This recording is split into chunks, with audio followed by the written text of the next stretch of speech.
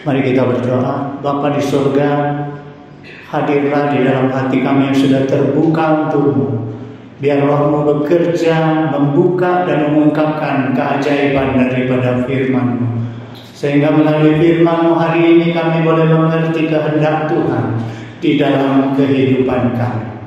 Bapa di surga, pusatkan hati dan pikiran kami hanya kepada firman-Mu saja, agar nama-Mu boleh dimuliakan melalui firman-Mu, dan firman-Mu boleh memberkati kami semua yang hadir pada sore hari ini. Terima kasih Tuhan, di dalam Yesus Kristus kami berdoa. Amin. Shalom. Jemaat yang saya kasihi di dalam Yesus Kristus, hari ini renungan kita akan diambil dari kitab Lukas pasal 20 ayat 27 hingga ayat ke-38. Perikop ini sebenarnya terambil di almanak gereja tahun lalu. Karena saya salah melihat almanak gereja, ya, namun tidak apa, karena saya lihat bahwa perikop ini masih berkaitan dengan beberapa khotbah kita sebelum minggu-minggu ini. Bila sudah mendapatkan Lukas pasal 20 ayat 27 hingga ayat ke-38, bila sudah mendapatkan, mari kita baca secara bersaut-sautan. Ayat yang ganjil dibacakan oleh kaum ibu, kaum wanita, dan ayat yang genap oleh kaum pria. Kita mulai. Maka katakanlah pada Yesus beberapa orang lagi yang tidak mengakui adanya kebangkitan. Mereka bertanya kepadanya, Guru, Musa menuliskan perintah ini untuk kita. Jika seorang yang mempunyai saudara laki-laki mati sedang istrinya masih ada, tetapi ia tidak meninggalkan anak, saudaranya harus kawin dengan istrinya dan membangkitkan keturunan bagi saudaranya itu. adalah 7 orang bersaudara yang pertama kawin dengan seorang perempuan lalu mati dan meninggalkan anak. Lalu perempuan itu dikawini oleh yang kedua, Dan oleh yang ketiga, dan demikianlah berturut-turut oleh 7 saudara itu. Mereka semuanya mati dengan tidak meninggalkan anak. akhirnya perempuan itu pun mati. Bagaimana saudara dengan perempuan itu? Siapa di antara orang itu yang menjadi suaminya pada hari kebangkitan? Sebab ketujuhnya telah mengistrikan dia. Jawab Yesus kepada mereka, orang yang kawin dan dikawinkan.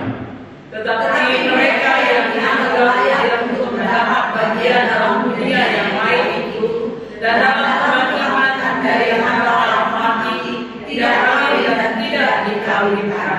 Sebab mereka tidak dapat mati lagi. Mereka sama seperti malaikat-malaikat, dan mereka adalah anak-anak Allah, karena mereka telah dibangkitkan. Tentang kebangkitan orang-orang mati, Musa telah memberitahukannya tentang semak bumi, di mana telah disebut bahwa Abraham, Allah Ishak dan Allah Yakub. Ia bukan Allah orang mati, melainkan Allah orang hidup. Sebab di hadapan Dia semua orang hidup. Jemaat yang saya kasihi di dalam Yesus Kristus, di dalam perikop yang kita baca, kita melihat ada sekelompok orang Saduki datang kepada Yesus dan mengadukan sebuah pertanyaan. Saudara sekalian, kita tahu bahwa orang Saduki ini adalah satu kelompok dari masyarakat Yahudi yang mempunyai kuasa di bait suci Allah. Mereka dominan di bait suci Allah. Dan di kelompok mahkamah agama yang dinamakan Sanhedrin, mereka juga menempatkan mayoritas jumlahnya. Nah, saudara sekalian, orang-orang Saduki ini juga loyal dengan pemerintah Romawi pada saat itu. Mereka berbeda dengan kelompok besar yang lainnya, yaitu orang-orang ahli Taurat yang diwakili oleh orang-orang Farisi. Nah, saudara sekalian, di dalam pendapat mereka berbeda. Yang sangat berbeda adalah tentang kebangkitan. Karena apa? Karena orang Saduki ini memegang kitab Taurat saja.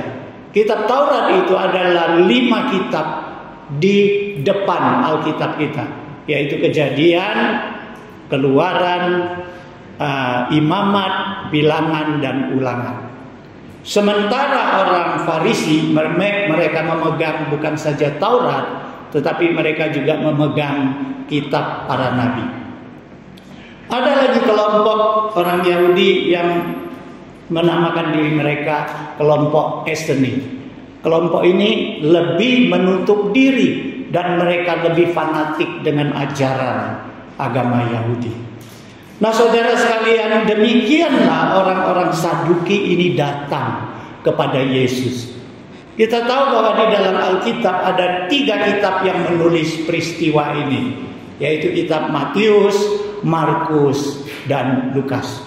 Nah, ketiga kitab ini sama-sama mengatakan bahwa orang Saduki ini tidak mengakui adanya kebangkitan.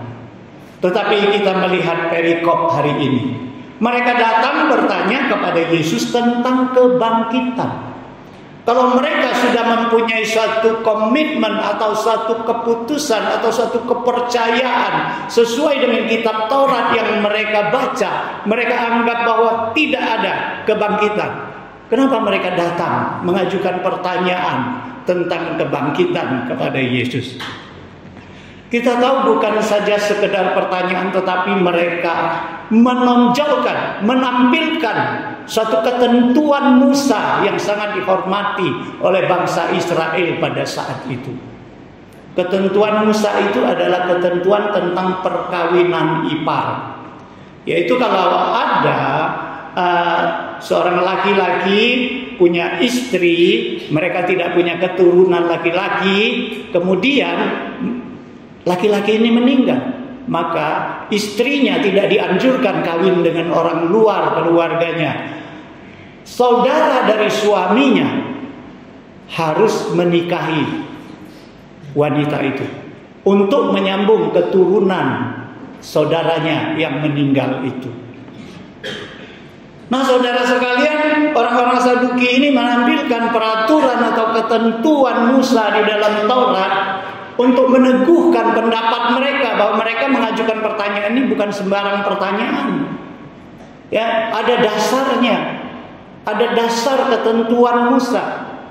Tetapi pertanyaan ini justru telah mereka kemas sedemikian rupa sehingga menjadi begitu hebat. Karena apa? Karena 7 orang bersaudara pernah mengawini wanita ini.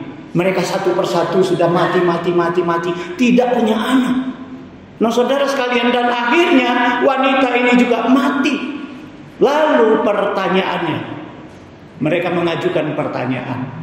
Kalau menurut pandangan orang Saduki, setelah kematian sudah habis semuanya, tidak ada cerita lagi, maka tidak ada masalah. Ya, mau 10 orang menikah dengan satu perempuan juga nggak ada masalah lagi, karena setelah meninggal itu habis semua. Ya, tetapi ini justru mereka tahu bahwa Yesus percaya terhadap kebangkitan. Karena mereka mendengar Yesus mengatakan, "Akulah kebangkitan dan hidup. Nah, barang siapa percaya kepadaku, dia akan hidup sekalipun dia sudah mati." Dan mereka tahu bahwa Yesus mengakui adanya kebangkitan. Oleh sebab itu mereka bertanya kepada Yesus, andai kata memang ada kebangkitan, nanti di dunia kebangkitan, siapa menjadi suami yang sah bagi perempuan itu, bagi wanita itu? Mereka yakin Yesus nggak bisa jawab. Karena memang pertanyaan ini sulit dijawab. Ya, kita bayangkan kalau memang di sorga nanti ada wanita itu dengan 7 saudara itu, yang wanita itu juga bingung, siapa suamiku yang sah? 7 orang ini pernah memperistri saya. Bagi yang suami-suami itu 7 orang juga bingung. Loh, siapa di antara kita yang berhak atas perempuan ini? Nah, saudara sekalian, mereka yakin Yesus tidak bisa menjawab. Jadi motivasi mereka memberikan pertanyaan ini adalah ingin mencobai Yesus, agar Yesus dipermalukan di depan orang banyak kalau Yesus tidak bisa jawab. Nah, saudara sekalian, Yesus bukan saja satu kali ini dicobai. Yesus bukan saja satu kali ini Yesus ini mau dijebak. Kalau kita baca di dalam Lukas pasal 20 dari awal sampai akhir, maka tidak kurang dari 3 kali Yesus itu dicobai. Yang mencobai ini adalah ahli-ahli agama, adalah pemuka-pemuka agama. Mereka adalah pemuka bangsa Israel, mereka adalah tua-tua bangsa Israel, mereka adalah ahli-ahli Taurat yang diwakili oleh orang Farisi, orang Saduki. Saudara sekalian, yang mencobai, yang menjebak Yesus itu berulang-ulang. Beberapa minggu yang lalu kita pernah mendengar khotbah bahwa Yesus di bait Allah dipertanyakan, dengan kuasa apa kau melakukan segala sesuatu ini di bait suci? Nah, saudara sekalian, Yesus mau dijebak. Ya, kalau Yesus salah jawab, Yesus akan ditangkap dan Yesus akan dihakimi.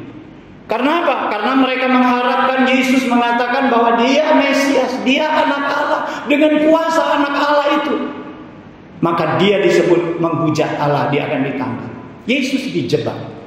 Nah, kemudian kita tahu, datang lagi jebakan. Bolehkah kami bayar pajak kepada Kaisar?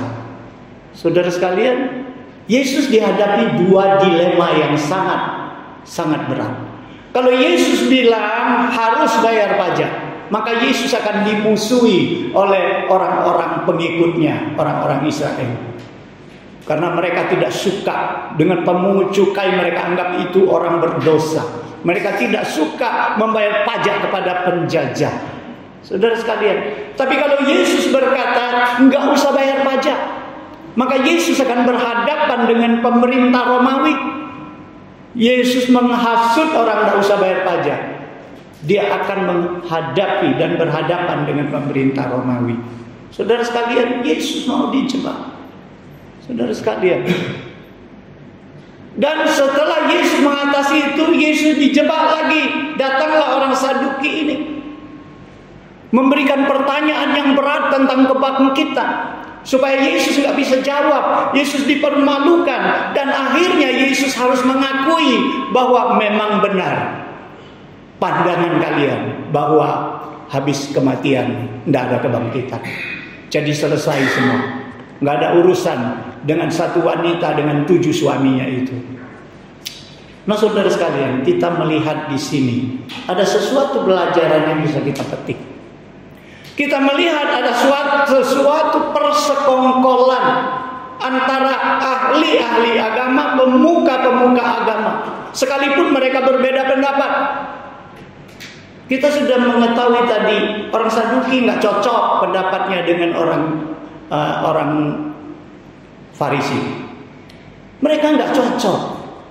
Tapi mereka bisa bersepakat, mereka bisa bersekongkol menghadapi Yesus adalah musuh mereka bersama. Kenapa? Karena mereka merasa kepentingan mereka terganggu, ketenaran mereka tergerus. Karena ketenaran Yesus melampaui mereka, sehingga mereka bersekongkol melawan Yesus, menjebak Yesus. Nah, saudara sekalian, saya selalu mengingat ada peribahasa mengatakan kalau bersatu kita teguh, bercerai kita runtuh. Saudara sekalian, gereja perlu bersatu untuk memajukan pekerjaan Tuhan. Tetapi ingat, kalau gereja berkelompok untuk menghambat pelayanan,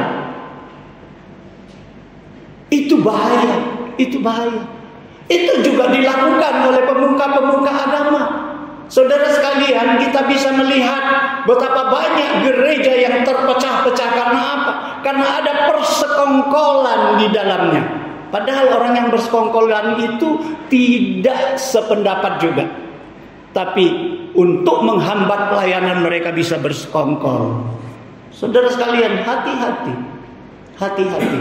Kenapa? Kenapa orang-orang Farisi ini, mereka pemuka agama ini, mereka menjebak Yesus, mereka tidak berhasil karena mereka melawan Tuhan. Saudara sekalian, bila kita bersatu untuk membangun gereja, Tuhan akan berkati, gereja akan maju.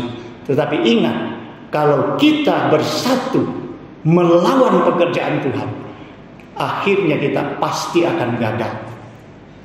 Nah, kedua kita lihat, Yesus apakah terjebak, tergelincir karena jebakan itu? Apakah Yesus kalah dengan segala jebakan itu? Tidak. Yesus dengan satu persatu membungkam mereka. Yesus membungkam pertanyaan dengan kuasa apa engkau melakukan semua ini? Yesus menjawab dengan apa? Dengan firman Tuhan. Yesus mengangkat Yohanes Pembaptis. Saudara sekalian, karena apa? Yohanes Pembaptis dinubuatkan di dalam kitab para nabi. Dia akan pembuka jalan bagi Mesias, bagi Kristus. Saudara sekalian, Yesus sebenarnya menjelaskan melalui Yohanes, menjelaskan siapa dirinya dan dengan kuasa apa dia lakukan semua itu. Ketika masalah pajak, Yesus katakan apa? Yesus pakai firman Tuhan. Apa yang harus dikuduskan kepada Allah harus kembalikan kepada Allah. Dan apa yang milik Kaisar kembalikan kepada Kaisar. Saudara sekalian, Yesus menggunakan firman Tuhan.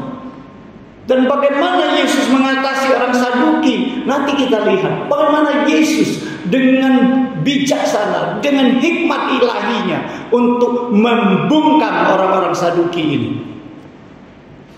Saudara sekalian, di sini kita mendapatkan pendidikan, pelajaran bahwa Yesus sudah memberikan kita teladan, bahwa dia bukan dengan hikmat manusia mengatasi segala jebakan itu, tetapi dia dengan hikmat ilahi, dengan hikmat Allah, dengan firman Tuhan, karena dia sendiri adalah firman itu. Saudara sekalian, betapa dunia pada saat ini seringkali akan menjebak umat-umat Tuhan. Iblis selalu menggunakan dunia dan segala hal di dunia untuk menjebak umat Tuhan, agar umat Tuhan tergelincir, agar umat Tuhan jatuh, agar umat Tuhan akhirnya meninggalkan Tuhan. Saudara sekalian, bagaimana kita menghadapinya? Kristus sudah memberikan teladan bagi kita. Jangan dengan hikmat manusia, pakai hikmat Allah, yaitu firman Tuhan. Saya ingat Yakobus mengatakan, takutlah kepada Tuhan dan lawanlah iblis. Saudara sekalian, di situ Yakobus ingin menyarankan kepada kita, andalkan Tuhan dan iblis harus dilawan, maka dia akan lari daripadamu. Nah, saudara sekalian, kita sekarang lihat bagaimana Yesus menjawab pertanyaan yang sulit dari orang-orang Saduki itu. Saudara sekalian, Yesus katakan kepada mereka, di surga, di dunia yang akan datang itu, tidak ada kawin mengawinkan. Di dunia orang kawin dan dikawinkan, tetapi di surga tidak ada kawin dikawinkan. Yesus mau menjelaskan kepada mereka, jangan samakan hidup di dunia ini dengan kehidupan di surga. Karena apa? Karena kehidupan di surga bukan sambungan kehidupan dunia. Kalau di dunia kau kawin mengawinkan, maka di surga lanjut kawin mengawinkan. Bukan, ya. Surga dan dunia berbeda. Ya. Kalau dunia menganggap bahwa perkawinan itu harus adalah suatu hal yang sangat harmonis, sangat bahagia, di surga orang hidup seperti malaikat. Mereka hidup sebagai anak-anak Allah. Di situ di dunia berbicara tentang hidup, sakit, mati. Di surga hidup dan tidak mati. Artinya berbicara tentang kekal. Saudara sekalian, Yesus mau menjelaskan bahwa kehidupan di surga tidak sama dengan kehidupan di dunia. Jadi jangan dibawa kehidupan dunia dikaitkan dengan kehidupan di surga, seolah-olah itu lanjutan cerita sambungan dari itu. Nah, saudara sekalian, Yesus juga menjelaskan tentang kebangkitan. Yesus menegaskan kepada mereka, kalau kalian pakai peraturan atau ketentuan Musa, maka Yesus juga pakai ketentuan Musa. Yesus juga pakai Taurat. Yesus katakan ketika Musa berjumpa dengan Allah di semak duri di atas bukit Sinai, Allah memperkenalkan diri, aku adalah Allah ayahmu, Abraham, Ishak dan Yakub. Nah, saudara sekalian, kalau Abraham, Ishak dan Yakub itu sudah ribuan tahun mati, kalau menurut pendapatmu habis kematian itu habis, maka Allah tidak perlu lagi mengangkat nama Abraham, Ishak dan Yakub ke permukaan, karena mereka sudah habis, nggak ada cerita lagi. Nah, saudara sekalian, ketika Allah sekarang mengaku, memperkenalkan diri, aku adalah Allah dari nenek moyangmu Abraham, Ishak dan Yakub, berarti Yesus, Allah ingin menyatakan bahwa mereka masih hidup sampai saat itu. Nah, saudara sekalian, Yesus ingin mengatakan bahwa Allah itu adalah Allah orang hidup, bukan Allah orang mati. Dan di situ Yesus menegaskan tentang kebangkitan, bahwa kebangkitan itu ada. Nah, saudara sekalian, Yesus menjawab itu kepada bangsa Israel melalui jawabnya bahwa Yesus menegaskan sesudah kematian itu ada kebangkitan. Dan di sana mereka akan menerima hidup yang kekal atau kebinasaan yang kekal. Di sana mereka akan terima tubuh yang mulia, atau mereka harus menderita api neraka yang tidak akan padam. Saudara sekalian, berbicara tentang kebangkitan, Paulus di dalam 1 Korintus pasal 15 ayat 16 mengatakan, karena pada saat itu jemaat Korintus bertanya juga dengan Paulus, apakah ada kebangkitan tubuh? Nah, Paulus menjawab, sebab jika benar orang mati tidak dibangkitkan, maka Kristus juga tidak dibangkitkan. Kalau Kristus tidak dibangkitkan, maka sia-sialah kepercayaan kita. Untuk apa kita percaya? Kalau Kristus tidak dibangkitkan, maka semua orang yang menaruh harapan kepada Kristus, mereka adalah orang yang paling malang di dunia ini. Dan Paulus selanjutnya menegaskan, tetapi yang benar, kata Paulus, Kristus telah dibangkitkan dari antara orang mati, sebagai yang sulung dari orang-orang yang telah meninggal. Saudara sekalian, Kristus sudah dibangkitkan sebagai patron, sebagai pembuka jalan bagi kita. Jadi Kristus sudah bangkit menjadi yang sulung, menjadi contoh bagi kebangkitan. Saudara sekalian, Paulus juga memberikan perumpamaan. Setiap kebangkitan harus melalui kematian. Saudara sekalian, kalau nggak mati, bagaimana dikatakan bangkit? Ya, sama seperti benih. Kalau benih itu tidak jatuh di tanah dan mati, maka dia tidak akan menumbuhkan tunas. Dan Paulus mengatakan bahwa saat ini kita hidup di kemah yang sementara di dunia ini. Dan kemah ini akan rusak. Dan ketika kemah ini rusak, kita akan pindah ke kemah yang abadi. Nah, saudara sekalian, Paulus menyatakan bahwa kebangkitan itu ada. Jadi saudara sekalian, sebagai umat Tuhan, kita tidak perlu takut dengan kematian. Karena apa? Hidup di dunia ini adalah sementara. Hidup di sorga itu adalah yang kekal. Sepanjang apa kehidupan kita di dunia ini? 100 tahun? Oh, itu sudah luar biasa. Itu pun akan lewat. Tetapi di sorga adalah kekal. Di sorga kita akan mempunyai tubuh yang mulia. Kita akan hidup seperti malaikat. Kita hidup sebagai anak-anak Allah. Kita hidup bersama dengan Allah. Di situ semuanya indah. Tidak ada keindahan di dunia ini yang dapat membandingi keindahan yang ada di sorga. Nah, saudara sekalian, kalau demikian, bagaimana kita hidup? Itu yang penting.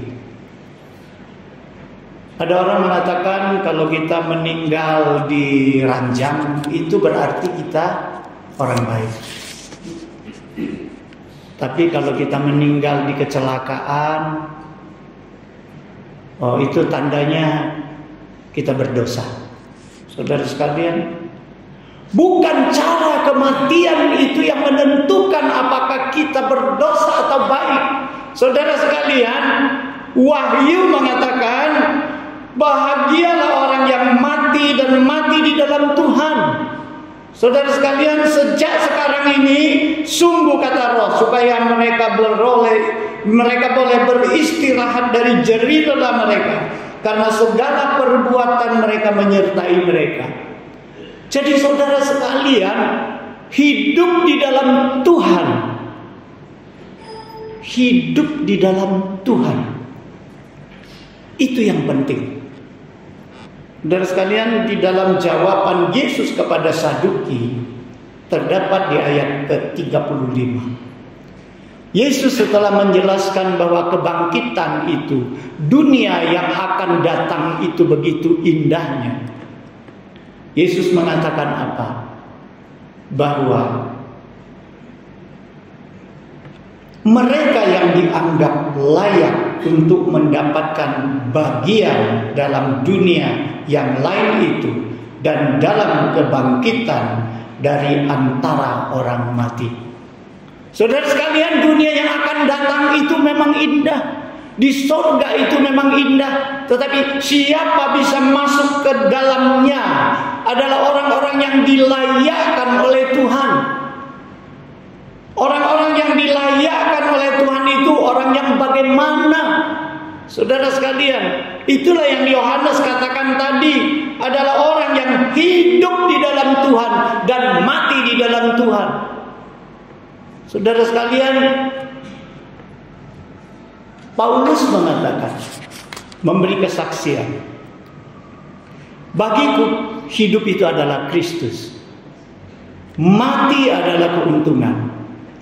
Tetapi jika aku harus hidup di dunia ini, itu berarti bagiku bekerja memberi buah.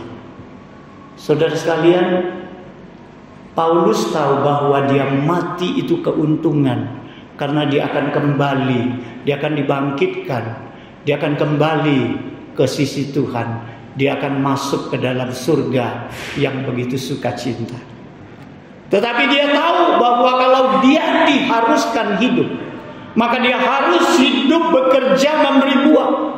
Artinya Paulus mengatakan bukan kematian yang penting, bukan bagaimana cara kita mati itu yang penting, tetapi yang penting adalah bagaimana kita hidup.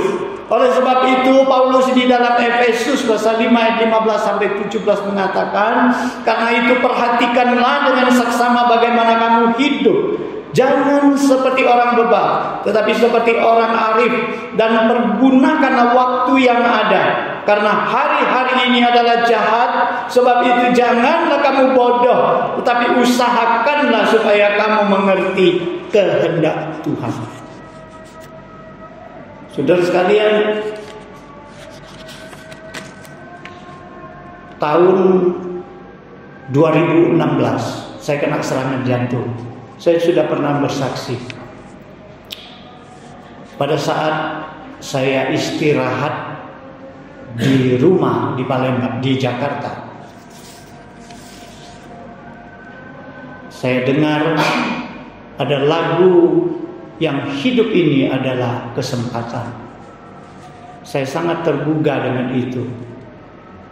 Saya berdoa kepada Tuhan, Tuhan, banyak orang kena serangan jantung dia lewat, tetapi aku masih kau berikan hidup.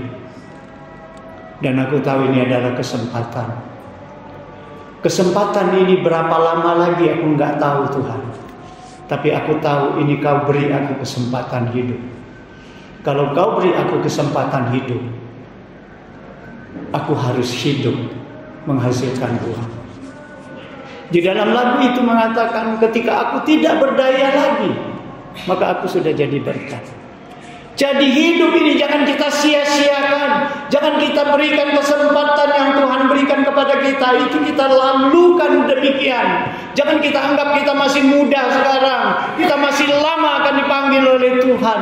Hidup ini kita tidak tahu kapan kita dipanggil Tuhan. Kesempatan yang Tuhan berikan kita tidak tahu berapa panjang lagi. Tetapi yang jelas, kalau hari ini Tuhan masih berimu hidup, hiduplah untuk Kristus, hiduplah untuk Tuhan, hasilkanlah buah. Saudara sekalian, sebulan yang lalu saya operasi mata. Kenapa saya operasi mata? Karena setiap kali kalau saya siap khotbah, terus terang 1 jam mata saya jadi kabur. Walaupun sudah pakai kacamata, saya selalu menganggap mata ini bagus, mata ini belum pernah dioperasi. Ini yang mengganggu, karena kacamata di sini tebal, di sini tipis. Jadi saya putuskan, saya operasi. Saya berdoa, Tuhan, aku mau mata ini bagus, aku mau operasi, supaya aku bisa membaca, menyiapkan khotbah lebih baik lagi. Saudara sekalian, kenyataannya apa? Dioperasi bukan tambah bagus mata ini, operasinya bermasalah. Justru mata tadi bisa baca, bisa lihat, menjadi mata itu tidak bisa melihat, karena terang jadi silau, bayang-bayang. Saya sebenarnya dari Jakarta saya sudah mau berangkat ke Singapura, tapi saya pikir saya ada tugas 1 kali khotbah di awal bulan. Saya pulang ke Pagar Alam. Saya selesaikan dulu pekerjaan saya, pelayanan. Setelah khotbah, pulang. Saya langsung berangkat ke Singapura. Saudara sekalian, saya berani mengatakan, sepanjang jalan ke Singapura itu saya sudah merasa mata saya ini sangat parah. Karena saya melihat dari center, sekitar putih mata saya ini sudah diserang oleh selaput merah, itu radang namanya. Makin mendekati bola mata yang hitam. Sepanjang jalan menuju Singapura, saya doa dengan mama. Saya pernah doa demikian, Tuhan, kau tahu aku mau sembuh, aku mau ke Singapura menyembuhkan mata saya. Tapi sekalipun mata saya ini nggak bisa lagi sembuh, nggak apa-apa Tuhan. Aku tahu itu yang terbaik bagiku yang kau berikan. Dan itu yakinlah Tuhan, selagi mata ini masih bisa melihat sebelahnya, saya cukup dong untuk bekerja bagi Tuhan. Sampai mama kami ngomong apa, ibu ngomong apa, kok doanya begitu? Ya, saya bilang apa? Ya saya yakin apa yang Tuhan berikan, baik mata ini bagus atau tidak bagus, itulah yang terbaik bagi saya. Akhirnya istri saya bilang apa? Oh ya, seperti firman Tuhan katakan, ketika Paulus minta Tuhan cabut duri di dagingnya, di tubuhnya, Tuhan bilang, cukuplah kasih karuniaku kepadamu, karena kuasaku sempurna di dalam kelemahan. Nah saudara sekalian, di Singapura berobat sampai 3 minggu. Perubahannya sedikit sekali. Saya harus pulang. Saya berdoa, saya bilang, Tuhan, saya harus pulang. Apapun terjadi dengan mata ini, saya harus pulang. Karena saya ada tugas. Saya ada khotbah awal bulan. Saya harus pulang. Dokter Singapura katakan apa? Bisa datang 1 bulan. Nggak bisa. Kapan bisa datang? Mungkin Januari. Saya bilang, mungkin Januari. Dia bilang, oke lah, kalau Januari juga nggak apa-apa. Tapi Bapak harus tahu ya, waktu Bapak datang ke sini, kondisi mata Bapak ini sudah sangat parah.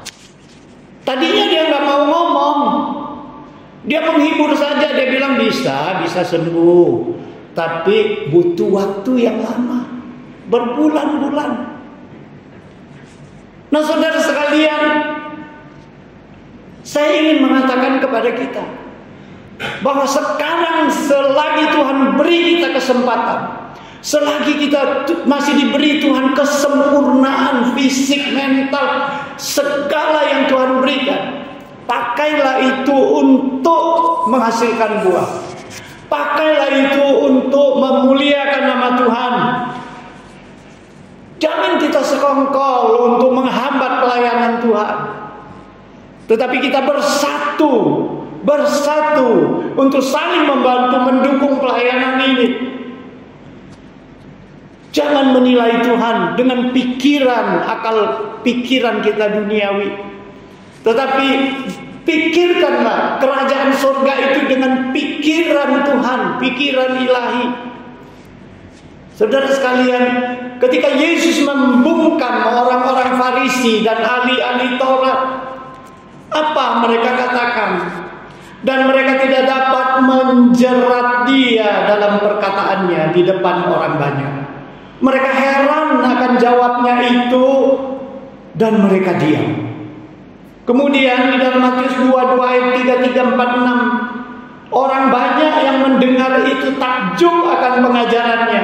Tidak seorang pun dapat menjawabnya. Dan sejak hari itu tidak ada seorang pun juga yang berani menanyakan sesuatu kepadanya. Saudara sekalian, kita bersyukur kita punya Tuhan Yesus yang begitu hebat.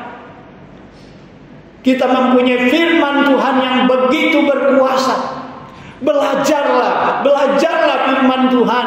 Jangan jemu-jemu. Kuasai firman Tuhan untuk menghadapi segala problem, segala jebakan di dalam dunia ini yang ingin menjatuhkan kita. Pakailah firman Tuhan itu untuk diberitakan, untuk memenangkan jiwa bagi Tuhan.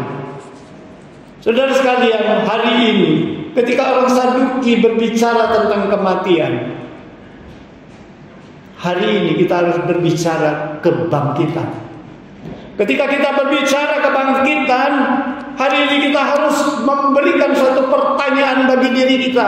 Apakah kita sudah dilayakkan menerima kehidupan kebangkitan di dalam surga itu? Itu pertanyaan. Apakah kita sudah dilayakkan? Apakah Tuhan sudah melayakkan kita? Kuncinya adalah bagaimana cara kita hidup. Hidup menghasilkan buah bagi Tuhan. Mari kita berdoa. Bapa di surga, kami bersyukur kepadamu untuk firman-Mu. Kami mohon firman-Mu berkuasa mengubah hidup kami. Mungkin saat-saat yang lalu kami tidak begitu menghargai kesempatan hidup. Tetapi mulai saat ini biarlah kami boleh menyadari bahwa Tuhan memberi kami hidup adalah suatu kesempatan untuk kami boleh menghasilkan buah, untuk kami boleh menjadi berkat bagi orang banyak. Ajari kami, mampukan kami Tuhan, apapun yang kami boleh lakukan, sekecil apapun yang kami bisa sumbangkan untuk gereja, untuk pelayanan-Mu, itu berharga bagi Tuhan. Terima kasih Tuhan. Di dalam Yesus Kristus kami berdoa. Amin.